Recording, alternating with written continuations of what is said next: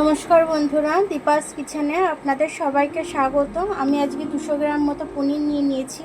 আমি পনির রাইস করব, সেটাই আপনাদের সাথে শেয়ার করব। তো চলুন আমি কিভাবে এটা করি দেখে নিই। সবার প্রথমে আমি পনিরগুলো কেটে নেব, পিস পিস করে কেটে নেব। আমি পনিরগুলো কাটা হয়ে গেল আমার। এখানে আমি একটু গাজর কেটে নিয়েছি, একটু ক্যাপসিকাম কেটে নিয়েছি, এখানে বিনস কেটে নিয়েছি, এখানে একটু পেঁয়াজ কেটে নিয়েছি। পেঁয়াজের এগুলো ছাড়িয়ে নেব আমি পরে। এগুলো একটু কেটে নিয়েছি আমি, আর কটা আলু কেটে নিয়েছি ছোট ছোট করে। গাজরগুলো দিয়ে দেবো আমি, কেটে ধুয়ে রেখেছিলাম। ক্যাপসিকামগুলো দিয়ে দিচ্ছি,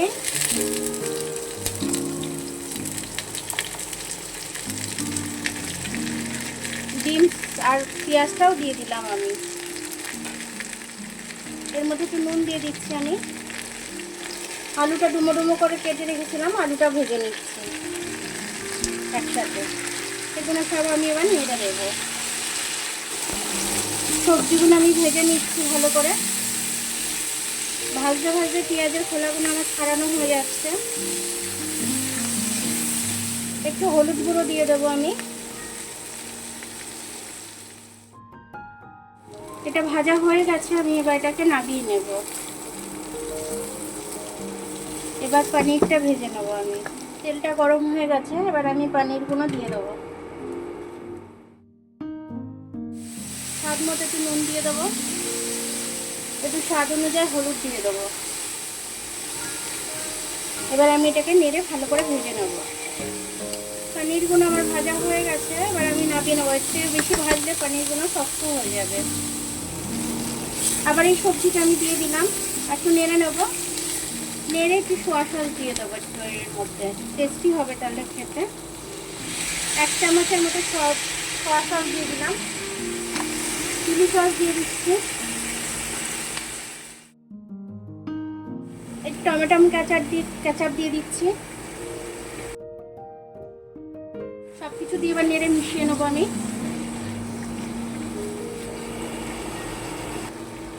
এবার রাইসটা দিয়ে দেবো, অল্প অল্প করে রাইসটা দিয়ে ভাজতে থাকবো আমি।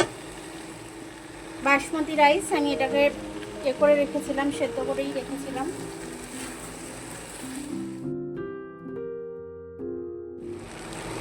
একটু কড়াইশুঁটি দিয়ে দিচ্ছি। এটা ভেজে নেওয়াটা উচিত ছিল, আমি ভাজতে ভুলে গেছি। ভাতের সাথে ভেজে নেওয়া উচিত। একটু স্বাদ অনুযায়ী নুন দিয়ে দিচ্ছি। এবার এটা আমি ভালো করে নেড়ে মিশিয়ে নেব। একটু মিষ্টি দিয়ে দিচ্ছি, তাহলে খেতে ভালো লাগবে। এবার আমি নেড়ে মিশিয়ে নেবো এটা। রাইসটা ভাজা হয়ে গেছে, এবার পনিরগুলো আমি ভেজে রেখেছিলাম দিয়ে দেবো। এবার একটু নেড়ে মিশিয়ে নেবো। এবার আমি নামিয়ে নেবো। আমার হয়ে গেছে রাইসটা, একদম একদম খিলা খিলা হয়েছে। একদম দেখুন, একটা একটা রাইস হয়েছে, একদম জড়িয়ে যায়নি, একটা একটা রাইস একদম। এবার এটা আমি নামিয়ে নেবো। খুব সুন্দরভাবে পনির রাইসটা আমার হয়ে গেছে। তা পনির রাইসটা এরকমভাবে বাচ্চাদের টিফিনে দিতে পারেন, বড়দের লাঞ্চ বক্সে দিতে পারেন, এবং আপনারাও খেতে পারেন। তো আমার ভিডিওটা দেখার জন্য অনেক অনেক ধন্যবাদ। আমার ভিডিওটা যদি আপনাদের ভালো লাগে, লাইক, সাবস্ক্রাইব, বেল আইকনটা একটু টিপে দেবেন। আর ফেসবুক থেকে দেখলে একটু লাইক আর ফলোটা একটু করে দেবেন। আবার কাল দেখা হবে নতুন রেসিপির সাথে। ততক্ষণ আপনারা ভালো থাকবেন, আমি আসছি।